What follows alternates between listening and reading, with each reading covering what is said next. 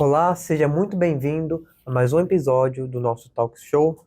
Hoje estamos com um professor que ele é mestre e doutor em filosofia pela Universidade de São Paulo e tem especialização em teologia. Tem ampla experiência no ensino de filosofia e teologia, com ênfase em história da filosofia medieval, patrística, ética, antropologia filosófica, filosofia da religião e teologia cristã. Professor na Academia Atlântico e do Instituto da Teologia Maria Mater Ecclesiae, filiado ao Ateneu Pontifício Regina Apostolorum. Estamos aqui com o professor Joel Gracioso. Seja muito bem-vindo. Uma honra ter aqui no nosso programa. Muito obrigado, querido. Eu que agradeço essa oportunidade, né, de poder estar aqui conversando, dialogando sobre assuntos e temas que me parecem tão pertinentes, tão importantes, né? Principalmente no momento que nós vivemos hoje na nossa sociedade, às vezes de tanta dúvida, tanta confusão, né? Tantas pessoas, tanta gente falando tanta coisa, né? E às vezes, de fato, isso às vezes gera muito barulho, muita confusão. Então, para mim é uma alegria poder compartilhar um pouco coisas que eu venho estudando já há algum tempo, né? E, enfim, colocar isso à disposição de outros irmãos. Com certeza. Professor, este programa ele é um pouco mais voltado, né, para saúde da alma, né? E como eu sei que o senhor conhece muito Santo Agostinho, gosta muito dele, nós sabemos que ele teve essa busca incessante e incansável pela verdade, certo? Tem até aquela frase famosa dele, né? Tipo, nos fizeste para ti, e inquieto está o nosso coração enquanto não repousar em ti. Então, como que essa busca pela verdade de Santo Agostinho que ele teve pode, nessa busca pela transcendência, pode influenciar na nossa vida, na nossa saúde, digamos assim, nossa saúde mental? Você poderia explicar um pouquinho mais sobre isso? Sim, sim. Santo Agostinho é um autor, né, ali do contexto da patrística, ou seja, nasce em 354, morre em 430, é esse período áureo da patrística, considerado mestre do Ocidente, então um dos grandes padres da igreja, principalmente no contexto latino, no contexto ocidental. E essa frase, né, que você fez referência está justamente ali nas suas Confissões, né, no início das Confissões, no primeiro parágrafo, ele fala justamente sobre isso. E a questão da busca da verdade é algo extremamente importante e central no pensamento agostiniano. Lógico que para ele buscar a verdade, no fundo, ele vai chegar à conclusão, né, depois de um tempo, evidentemente, dentro do processo, né, de conversão que ele passou, de mudança, de amadurecimento, ele vai ver que a busca pela verdade, no fundo, é a busca por Deus. Né? E que, no fundo, essa verdade, ou esse bem, esse belo, o ser humano tanto quer, tanto busca, é Deus. Porque a gente não só foi criado por Deus, mas foi criado para Deus. Né? Então, esse para aí, do ponto de vista agostiniano, tem um peso muito grande. Né? Ou seja, dizer que eu fui feito por Deus, por um lado, é aquela história. Deus me chamou à existência, Ele é meu Criador, Ele é a causa, né, eficiente, Ele me chamou à existência. Mas não é só isso, né? Ou seja, eu fui feito para Ele. Então quer dizer que eu só vou encontrar a plenitude da minha identidade, da minha forma, né, e da felicidade tão almejada em Deus. Então ele também é como se fosse a causa final, né? Para onde eu estou. Então é aquela história, ele me criou, fez ali a matéria, foi dando a forma humana, mas a plenitude disso, dessa forma, Deus não deu. Eu preciso percorrer todo um caminho e atingir esse fim último, que é contemplar a Deus, etc. Esse repouso almejado, né, que repouso no sentido justamente, né, de encontrar essa paz, essa realização plena, ou seja, a plenitude da minha identidade, da minha forma, etc. Então, por um lado, quando Agostinho fala isso, é lógico que junto com isso vem um problema paralelo, né?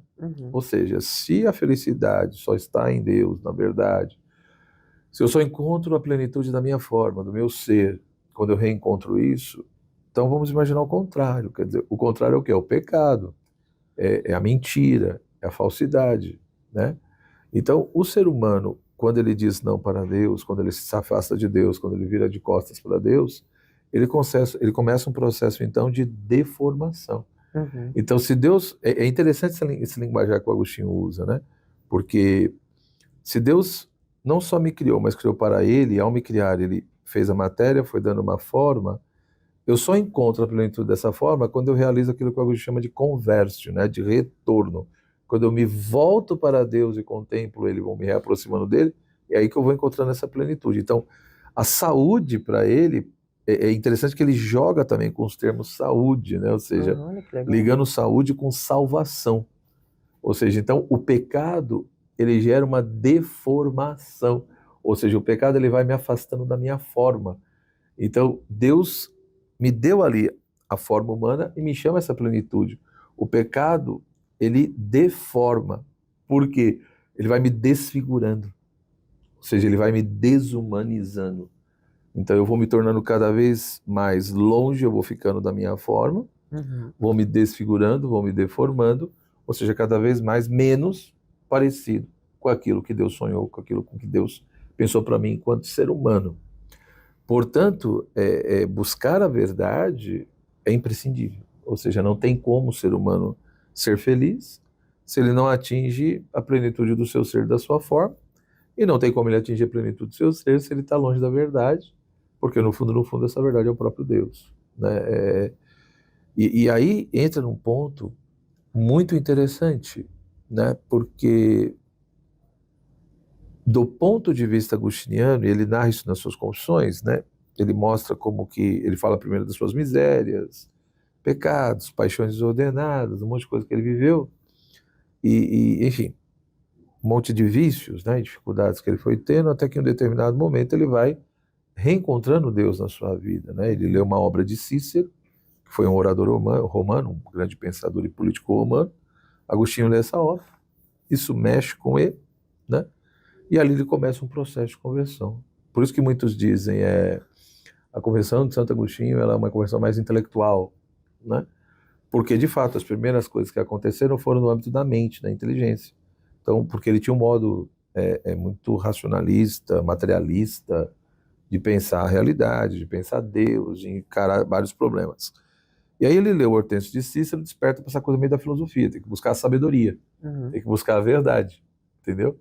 Porque esse livro, Hortêncio de Cícero, era como se fosse um elogio, uma exortação à filosofia. Olha, busque a sabedoria, você não pode ficar aí, sei lá, só escravo das suas paixões, dos seus prazeres, né, do que é fugidio. Aquilo mexe com o jovem Agostinho, ele começa a buscar essa verdade, essa sabedoria, né? Por isso que aí ele procura na Bíblia, no primeiro momento acha a Bíblia ridícula, não gosta muito do negócio, depois passa pelos maniqueus, tem a sua fase meio cética, ele faz um itinerário, né? Até que de fato ele vai chegar à conclusão, ou começa a chegar à conclusão, que essa verdade, essa sabedoria que ele tanto buscava, estava ali no cristianismo, estava no catolicismo, etc. E que isso ocorre principalmente na cidade de Milão, onde pelos sermões de Santo Ambrósio e outras pessoas, Agostinho aos poucos vai sendo ajudado e consegue, né, aderir, né, e passa a ser um neocatecúmeno, passa por todo o processo para receber o batismo e depois vai assumindo de fato essa fé até chegar a ser padre, bispo, enfim, toda a história que nós sabemos. Então, o elemento central aqui também é esse, né? Eu busco a verdade, mas na realidade é porque antes a verdade me encontrou. Esse é um ponto central. Tem dois pontos aqui que é muito interessante do ponto de vista agostiniano, né? O ser humano tem um desejo natural, né? Algo que pulsa em nós naturalmente. Por quê? Por que o ser humano é inquieto? Essa é a questão, né? Porque a frase que ele diz é: fizeste-nos para ti, Senhor, e inquieto está o nosso coração enquanto não repousar em vós. Então, há uma inquietude, há uma dimensão da inquietude que não tem nada a ver com o pecado. Ou seja, o meu coração é insatisfeito, ele é inquieto porque eu fui criado não só por Deus, eu fui criado para Deus. Então, na realidade, Deus ele me seduz, Deus ele me atrai. Na medida em que eu fui feito para Ele, nada consegue satisfazer meu coração. Então, por isso que o ser humano está sempre inquieto, ele sempre está insatisfeito. Porque o único que pode satisfazê-lo é aquele que o criou. Porque eu não só fui feito por, eu fui feito para. E esse para gera uma necessidade ontológica, existencial, em todos os aspectos. Então é lógico que existe a possibilidade do ser humano se negar a fazer esse movimento? Sim. Ele tem o desejo, ele sente o impulso, ele sente falta de algo, não sabe do que, né? Ou até aquela história, eu quero a verdade, quero o bem, quero a beleza, mas no fundo é Deus. Mas eu posso chegar e me negar tudo isso. Dizer, não quero saber disso não, eu quero saber do prazer. Quero saber da fama, da honra, da glória, né? E aí é lógico, vem as consequências. Então, no entendimento dele, no pecado original, foi isso. O ser humano, em vez de realizar o movimento natural em direção a Deus, esse para, o que o ser humano fez? Primeiro, negou realizar o movimento. Não vou fazer esse movimento. Uhum. E o que é pior, teve o segundo ponto, ele não só não realizou o movimento, Como ele foi para baixo. como ele foi em direção às criaturas. Quer dizer, por isso que aquela ideia do pecado, não só como uma aversão a Deus, mas uma conversão às criaturas. Então ele disse não para Deus, mas ao mesmo tempo ele disse sim para as criaturas, sejam as outras criaturas ou ele mesmo, enquanto criatura, né, se preferiu em vez de Deus. Então isso trouxe consequências. O ser humano se afastou de si mesmo, se afastou de Deus, e isso gerou um duplo esquecimento. Ou seja, na medida que ele se afasta de si e se afasta de Deus, né, ou vai se afastando de Deus de si, ele esquece quem é Deus. Também ele esquece quem ele é. Eu não sei mais quem eu sou. Ou seja, eu vivo errante, desorientado, não sei quem é Deus, não sei quem sou eu. E, portanto, também não sei qual é a razão, nem da minha existência, nem da existência das outras coisas. Né? E eu vivo nesse contexto. Então, eu vou me tornando escravo de um monte de coisas, eu vou me deformando, né? Tudo isso vai me desfigurando até o momento que eu existo, mas não sei nem por que existo e nem consigo existir do modo e da maneira como Deus gostaria que eu existisse, enquanto um ser humano que foi feito à imagem e semelhança dele. Então, isso é muito forte, ou seja, o problema é que o ser humano se afastou, virou de costas para Deus, se afastou de Deus, se afastou de si, esqueceu quem é Deus, esqueceu quem é ele, vive errante, né? Caiu sozinho, mas não consegue voltar sozinho. Aí entra toda a questão da necessidade da graça, que Agostinho vai bater muito. Precisamos de Deus, precisamos da graça. Por isso que ele vai chegar à conclusão. Se buscamos a verdade, encontramos a verdade, é porque, antes de tudo, a verdade nos encontrou. É a verdade que nos encontra, é a verdade que já tinha nos encontrado desde a criação, mas aí nos afastamos, ela nos reencontra, ela de fato. Por isso que Agostinho vai dizer nas Confissões, né? Livro 10º, né? Tarde te amei, ó beleza tão antiga e tão nova, tarde demais eu te amei. Eis que estava dentro de mim, mas eu estava do lado de fora. Eu me afastei de ti, mas o Senhor não se afastou de mim. Então, quer dizer, eu posso ter esperança por causa disso. Deus não se afasta. Né? Porque, ontologicamente falando, principalmente, né? Se Deus se afastar de nós, se nós não tivermos nenhuma relação e nenhum vínculo ontológico do nosso ser com o ser dele, a gente volta por nada. Porque Deus ele não só nos criou, ele continua nos conservando, sustentando o nosso ser. Senão a gente deixa de existir. Então, no fundo, eu não só existo porque ele quis, eu continuo existindo porque ele quer, né? Porque ele me sustenta. Então, há um vínculo que nem o pecado consegue romper. Nem o pecado consegue quebrar esse vínculo ontológico, né? Que é o que muitos vão chamar depois de presença de imensidade, né? Ou de presença natural, que autores medievais vão discutir mais isso. E, lógico, uma outra discussão é se esse vínculo ontológico, essa presença natural, ela é suficiente para a pessoa se salvar. Aí é uma outra discussão, né? Por isso que aí depois muitos vão frisar que também existe a presença da graça, e a presença espiritual, que é outra coisa, entendeu? Então são dois tipos de presença diferente, né? Mas o Agostinho também vai falar, é evidente, dessa questão da graça, mas ele também deixa bem claro, há uma presença natural, Deus está presente em tudo que ele criou, porque no sentido de que tudo que existe, toda criatura tem um vínculo com ele. Então, na realidade, a gente que vira as costas para ele se afasta dele, mas ele está ali onde sempre esteve. Está nos sustentando, vinculado a nós, ele está presente em nós, nesse sentido criatural, nesse sentido ontológico. Lógico que o pecado atrapalhou tudo isso daí, aí eu preciso de uma outra presença, né? Então, quando entra na questão, quando você fala da saúde mental, isso é fundamental, segundo Santo Agostinho. Por isso que não é por acaso que ele escreve as Confissões. Né? É interessante esse termo, porque ele não começa as confissões falando sobre quem é Deus. Não, ele começa falando com Deus. Então, há um aspecto dialógico nas confissões. Lógico que para quem não tem fé, acha estranho. Fala, o cara está falando com quem? Né? Não está falando com outra pessoa, não. Para Agostinho, tá. Deus existe, ele crê, e ele está falando com Deus. Então, ele começa as confissões falando com Deus e confessando. Ou seja, reconhecendo a grandeza de Deus e reconhecendo a pequenez do ser humano. Ele começa mostrando que há um abismo entre Deus e os homens. Há um abismo. Ou seja, fomos criados por ele e para ele, mas o abismo existe. O pecado entrou no meio, houve um afastamento, houve um esquecimento, houve consequência disso daí. E o ser humano sozinho não consegue superar esse abismo. Então, repito, quando a gente entra nesse jogo da saúde, por isso que para ele é uma articulação profunda de saúde e salvação.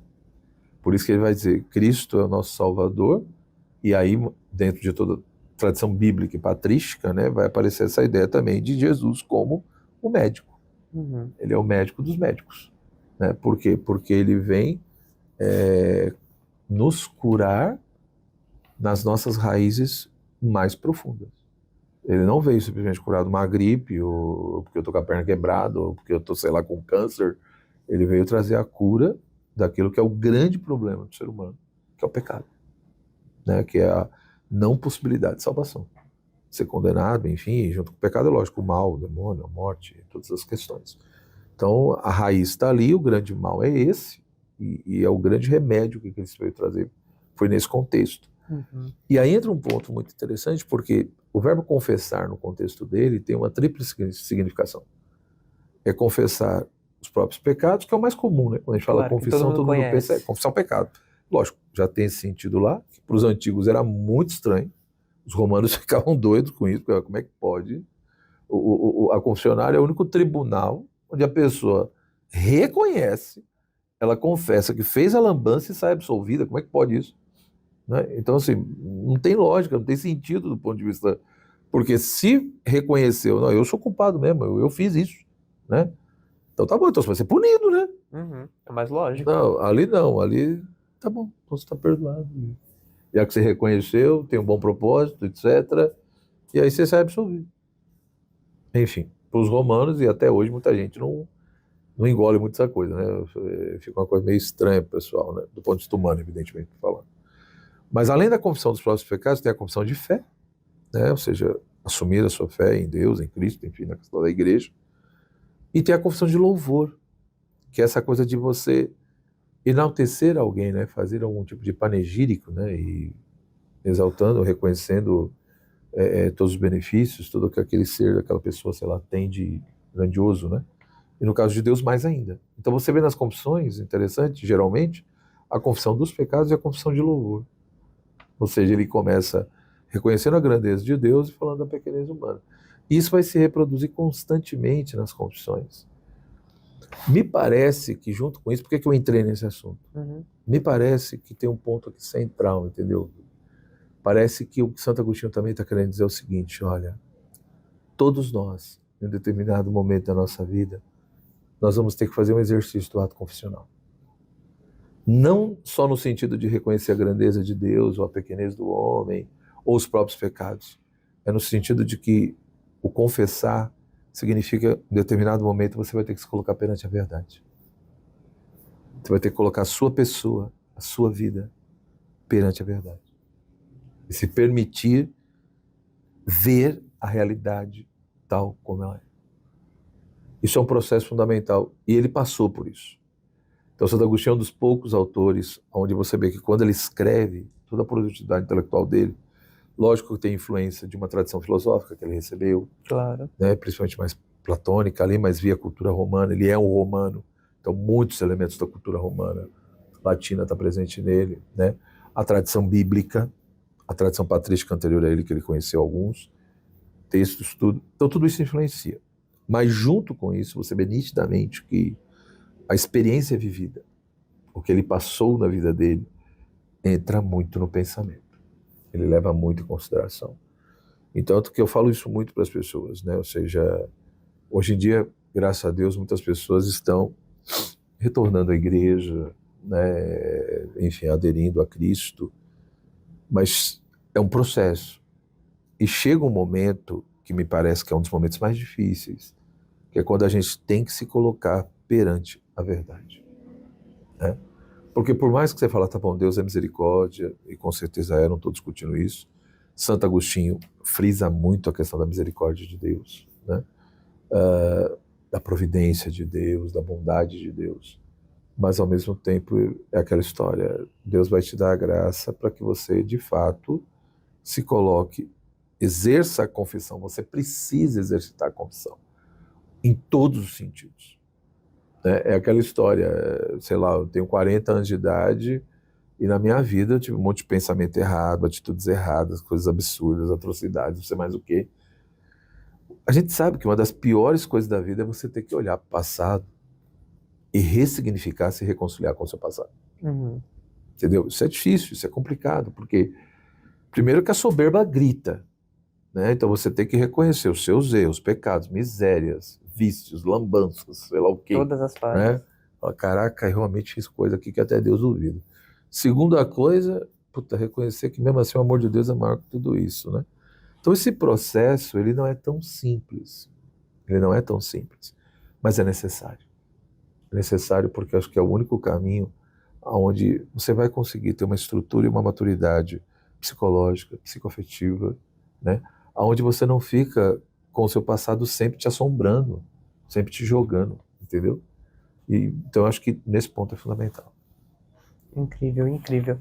E mediante tudo isso que o senhor falou, então poderíamos dizer que para conseguirmos, em certo sentido, a saúde, né, teria que ter uma ordenação dos amores, em certo sentido, Sim. porque tirar essa conversão às criaturas e, tipo, nos converter para Deus.